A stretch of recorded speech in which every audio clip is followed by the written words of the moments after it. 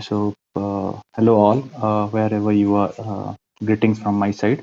I am Abhilash. Short introduction of myself. I work as a scientist in uh, corporate center of ABB in India as a scientist, and my area of expertise is in the field of application of machine learning in industrial application towards asset health monitoring and improving processes.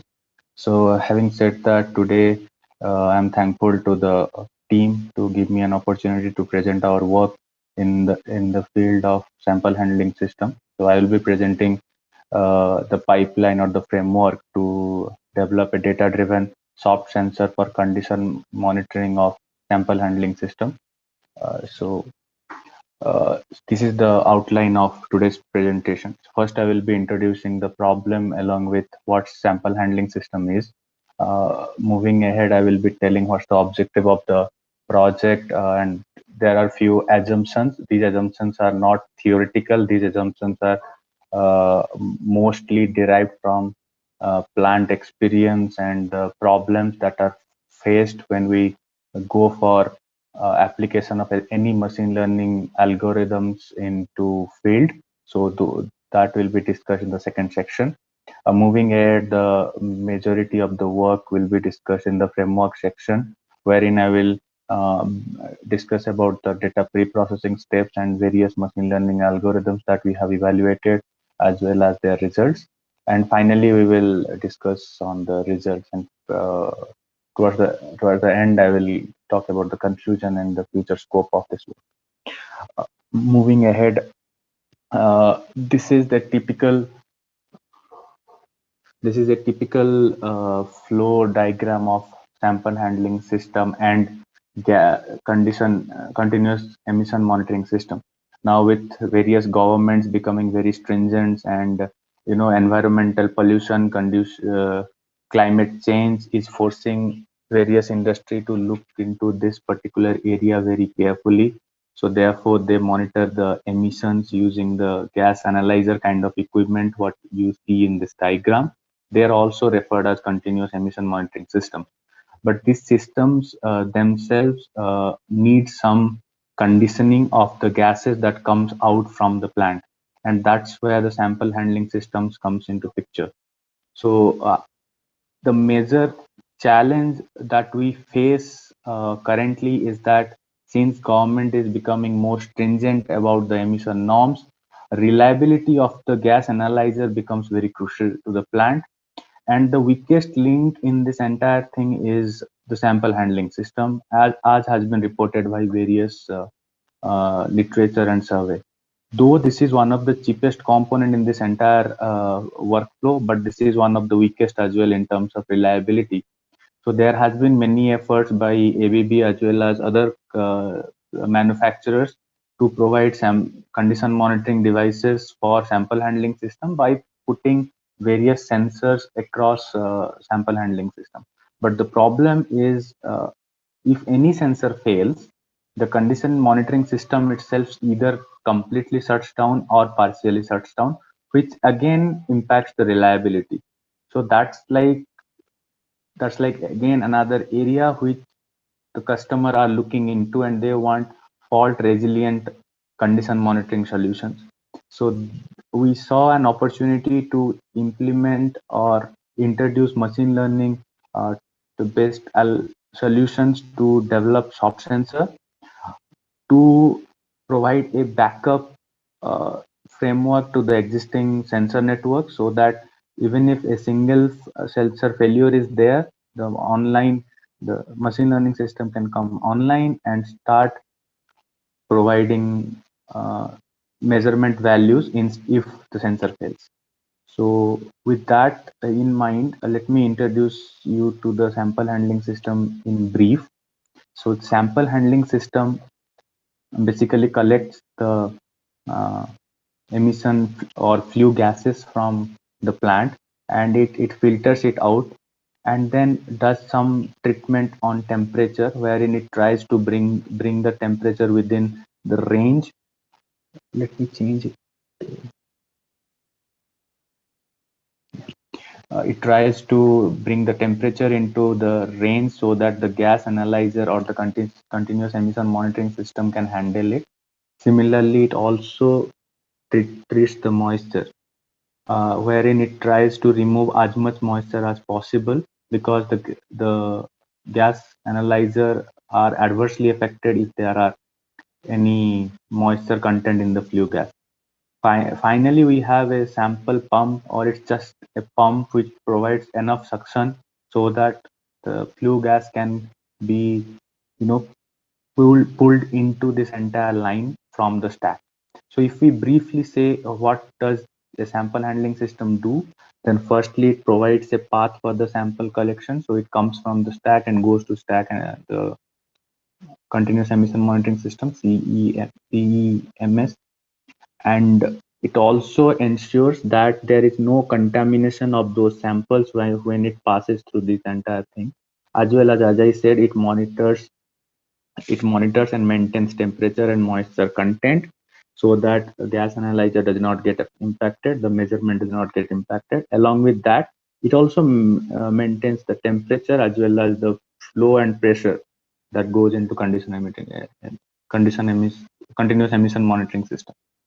Now, as I said, since this is the weakest link, uh, ABB has started putting in sensors. Some of them are physical sensors, some of them are soft sensors, but based on physics-based equations. So these sensors are basically, you can categorize them into either temperature or, so if you see here, there are two temperature measurements and three pressure measurement and one flow measurement. So based on these six measurements, there are domain-based logics based on which certain alarms are raised, so that if there is an abnormal situation, the site engineer can get into the system and fix the issue as soon as possible, or they can arrange something whenever the schedule gives them a permission, I mean, a suitable window. Now, if any of this sensor fails, some some or other functionality of this entire condition monitoring system does not work, which itself is another risk, and that is something the customer wanted to eliminate. And that's where we thought that was the problem, and that's where we thought of introducing the solution. So objective here is to develop a framework that can um, that framework to develop a soft sensor, so that we can model the measurement of all the sensors using remaining of the sensors. So if you see in the previous diagram, there were six sensors. So we were trying to model any given sensor with using the other five measurements, so that if that sensor fails, we can utilize the remaining five sensors and use this model to generate what should be the measurement. Now, coming to practical assumptions, first assumption is single sensor failure. Now, in majority of the cases that we have observed, there aren't any cases where two sensors were failed at the same time, and two consecutive sensor failures does not happen very frequently, because in between there will be some maintenance activity which will be carried out, and hence single sensor failure is a common phenomenon. So we are targeting one sensor failure at a time. The second is availability of training data. Now, first thing you have to understand is the model that we will learn won't work for all the plant. We may not be able to get a generic plant model. So we need to have the training module trained on each and every plant separate. Now the problem is the data logging system as well as the memory is, there is a constraint, and we cannot go beyond certain level, which is basically 4,000 samples. Now what happens is, once we go for an installation, we cannot ask the customer to wait for 1 year to get enough data so that we can build a deep learning model at this point of time. So we want our service team to spend as less time as possible, so that they can deploy such solutions. So that's the second assumption. And the third assumption is,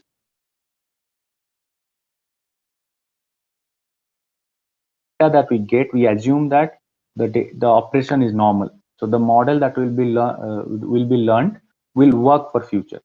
So these are the three assumptions that we will be going ahead with, and these, especially the second assumption, will be very crucial in determining which algorithms we will select. So keeping this thing in mind, let me go into the framework. So the idea behind this work was to develop a step-by-step framework so that for any plant we can go ahead and run the schedule and get the model ready and deploy it. So we have developed a five pre-processing steps. The first one is, if there is any missing data, we will be doing interpolation based imputation to fill in the values for those missing value. Secondly, the second pre-processing step was to do a two-stage based outlier removal. So these outliers are basically, first stage will remove the distance based outlier using IQR range, and the second stage, once these distance based outlier are removed, we use a local outlier factor based algorithm to remove density based outlier. So what you see in this picture is the 2D visualization of the entire data set using T stochastic neighborhood based visualization. If you see here, the red star are basically outlier which are identified by IQR or the distance based outlier, and then there are black squares which represents the density based outlier identified by local outlier factor. Blue points are the normal operating points. So if you see, there are some region where which are basically away from the normal operating region in terms of their statistical, I mean, their distance from the quartiles, and those were identified using the IQR range. And the second one was more, if you see, they were relatively closer to the main clusters, but they were again not in the core region. They themselves were like outlier in that particular cluster. So that's why we adopted two-stage method to remove outliers, both the distance and density based. So out of 4,000 or 4,100 data points, roughly 312 data points were identified as distance based, and 21 points were identified as density based outlier. Around 3,813 points were normal operating points, and these data points were used for developing models. Now, moving ahead to the next slide, here the remaining three steps of the data pre-processing are outlined. The third step is basically removing collinearity in the data. So we have utilized variance inflating factor based uh, feature elimination method. Uh, Normally, if we calculate VIF for any data set, if there are collinearity, we will but first we will see multiple number of features having very high VIF score. Normally, a VIF score of greater than 10 are considered extremely correlated. So if we remove all the features which were having VIF score of greater than 10 at once, we may lose some independent variable as well. For example, in our data set, we had these five measurements while preparing a soft sensor for T2. So you have five measurements: T1, P1, P3, T1, F1, P3, P2, and P1. And if you see, there were these two measurements, P2 and P1, which had very high VIF score. And if I go by single iteration, one shot removal of these two variable based on 10, then I will be left with these three variables. But that's where we lose one of the variable which is independent. That's where we introduced a iterative based feature removal technique, wherein first we will remove the feature which has the highest VIF score, and then we will recalculate the VIF score again for remaining four variables, and then if there is the maximum VIF score is still greater than 10, we will remove the highest variable again, and this loop will continue till we don't have any VIF score greater than 10. So if you see the first iteration, we had two variables which had high VIF score, which is greater than 10. But as soon as we remove P1, none of the variable had VIF score of greater than 10. So this is the advantage of using an iterative method for removing collinearity, which has been observed in this dataset. The next step, which is very obvious, was test trend splitting. But the important point to be understood here is that normally we go ahead in any machine learning approaches, we go ahead with random sampling. This is good for IID assumption. This works well and valid for IID condition where each samples are independent and identically distributed. But in case of time series data, if we go ahead with random sampling, the matrices that we will get in terms of accuracy and mean square error won't be reliable, because we are seeing data from all the time region. So if there is a shift which has happened in future, we are learning that upfront. So data leaking kind of issue will be there, because of which the reliability of the matrices that we will obtain will be lesser. That's why we have opted for time-based sampling, wherein the first 75% of the data will be selected for training and remaining will be used for testing. So this will give us a realistic scenario of our model's performance. And finally, we use data normalization, which is one of the standard techniques which is used across industry. Moving ahead, keeping the assumptions in mind, these were the 5 algorithms which we have tested, starting with linear regression, k nearest neighbor, decision tree, random forest, and support vector machine. We have done hyperparameter tuning for all of them separately using grid search. We have used the first 75% of the data out of 3,813. That roughly comes around 75%, which is 2860 amount of data for training and remaining data for testing. Why these algorithms? Because these algorithms are known to be working well with lesser amount of data except random forest.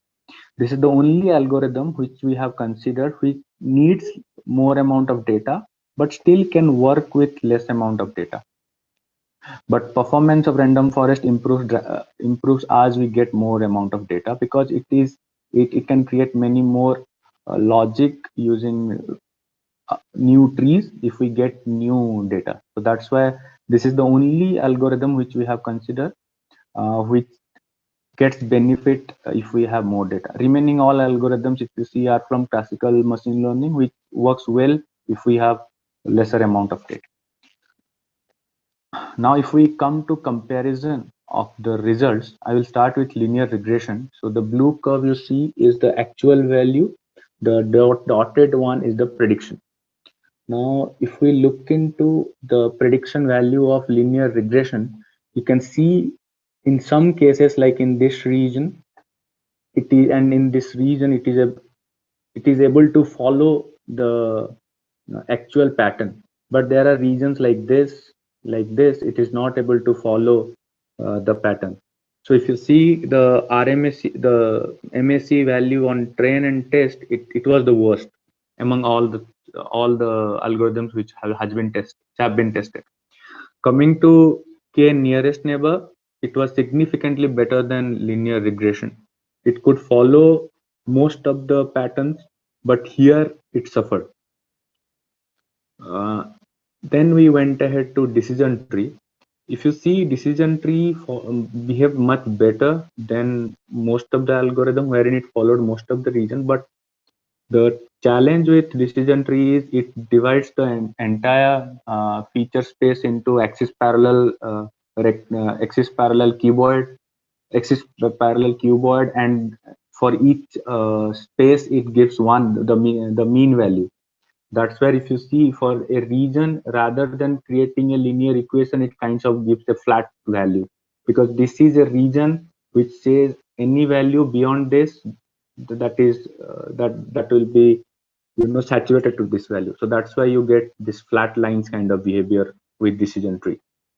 Now, as we understood that decision tree is also improving the result, we went ahead with random forest, which is known to be a better model in terms of both low variance and sorry high I mean it overfits lesser than the decision tree. So if we reduce the cuboid size in decision tree by increasing the depth, which will eliminate this flat kind of issue, but that will cause overfitting. So that's why we went ahead with random forest, and if you see, the results were better, and that is kind of evident here. If you see, random forest was the training error and the test errors was better than decision tree. But if we look into SVR, it is much better. It follows all the variation in the process with better accuracy, and the numbers of SVR during training is almost comparable to random forest. In fact, it is worse than at random forest during training. But in testing, the impact reverses, and this is one of the reason or one of the advantage of SVR, where lower amount of data with lower amount of data, SVR is known with RVF kernel. This is one of the robust algorithm that can outperform most of the algorithm. So with this understanding, we went ahead. We went ahead with SVR, and we tested for all the six soft sensors, all the six measurements that are available in the data. Currently, in this slides, I am going to show two of them, which has been highlighted. The green one, which basically one of the pressure measurement P2, and F1, which is one of the flow measurement. The reason behind showing these two are because one of them is the best one, the other one of them is the worst one. Now this is the hyperparameter grid for both the measurements which we have trained.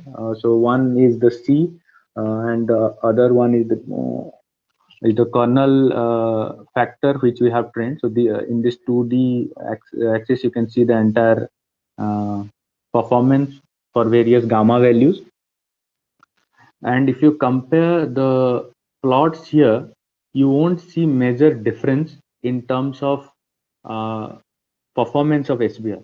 But the major difference why we got a lesser value of uh, test R square on F1 was because if you see in this region, the prediction, which is basically the orange one was not able to follow the variation in a better way in some region. So that's why the test R square for F1 was relatively lower compared to the test R square for pressure measurement. And if you see in the pressure measurement, though there were region like this, but it was able to follow it better. But in case of flow, if you see here, the pattern in some cases, though the actual flow was going down, the predicted flow was going up. In some scenarios, such thing happened, but in most of the region, it behaved very well, and that is apparent from the train MSE and test MSE. So if we see the MSE value on a normalized scale for both the variable, they are very low. So for flow, which had the lowest R square, we got somewhere around 0.04 MSE and train MSE of 0.02. Yes, it was much lesser for the pressure value, but this was also acceptable. So this was the result, and similar results were obtained for remaining of the signals. And in the paper, you will find plots and hyperparameter tuning graphs for remaining four measurements. So this is the work that was done on the industrial data with considering all the assumptions that we had from the field. And finally concluding on the work that we have done, we have developed a framework so that the service team can directly get the data, put it into the system, and get the model ready and get it deployed.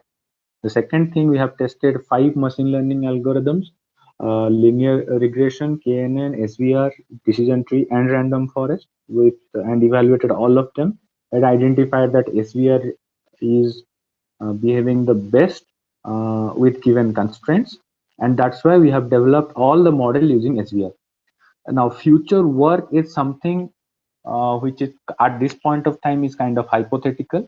So definitely we are looking into eliminating the assumption of low training data by improving our hardware infrastructure. Once that gets improved, we will have much more data, and then advanced machine learning methods like neural network, then LSTMs, as well as ensembling based methods like GBDTs, stacking based methods can also be evaluated against the baseline model that we have developed. So currently the SVR behaves like a baseline which has been accepted based on the results that we have obtained. In future, once hardware gets improved, we will evaluate all the advanced machine learning algorithms and their results with respect to this baseline. So that's the future work for us. So that's all from my side. Thanks. Any questions?